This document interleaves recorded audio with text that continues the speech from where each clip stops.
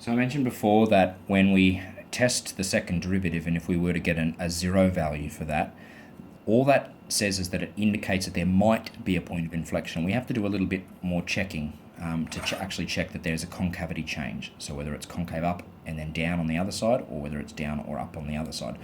So I'll start with a counter example here, and it will ask, does the curve y equals x to the power of 4 have a point of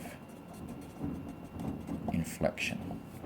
Okay, so to look for points of inflection, we're looking for points when the second derivative is equal to 0. So first of all, we need to find the second derivative. So that starts by finding the first derivative, bring the 4 down, and then decrease the power by 1.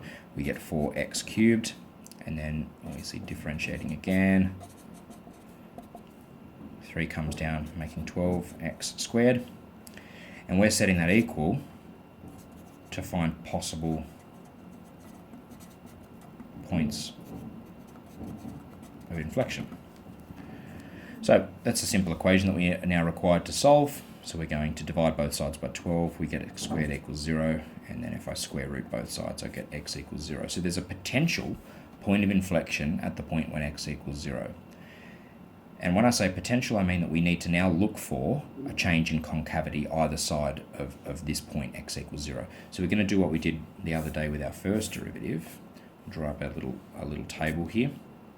So we're going to put 0 in the center, that's the x value. Then we're going to have our second derivative, sorry, a bit small, and we're going to test either side of that. So let's try -1 and 1 and see what happens. So all this means is that we need to now go back to our original function and plug in, we go back to the second derivative and plug in these values of x equals -1 and 1.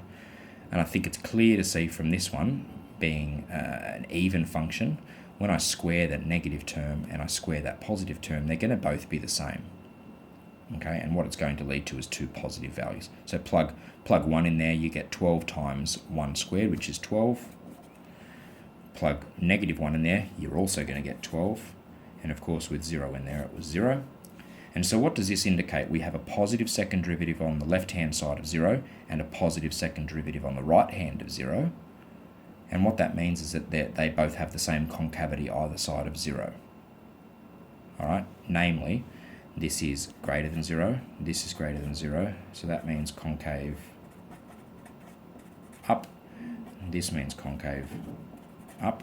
So you would say something along the lines of, since there is no concavity change around x equals 0,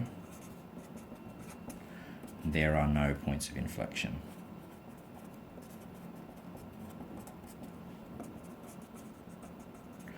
Okay, so it's very important that you run through that test to check if it is in fact a point of inflection, because the algebra at the start will suggest there is a point of inflection by giving a solution to that second derivative equals 0 equation. But when you actually go and investigate it a little bit closer, you'll find that there is no concavity change and there is in fact no point of inflection.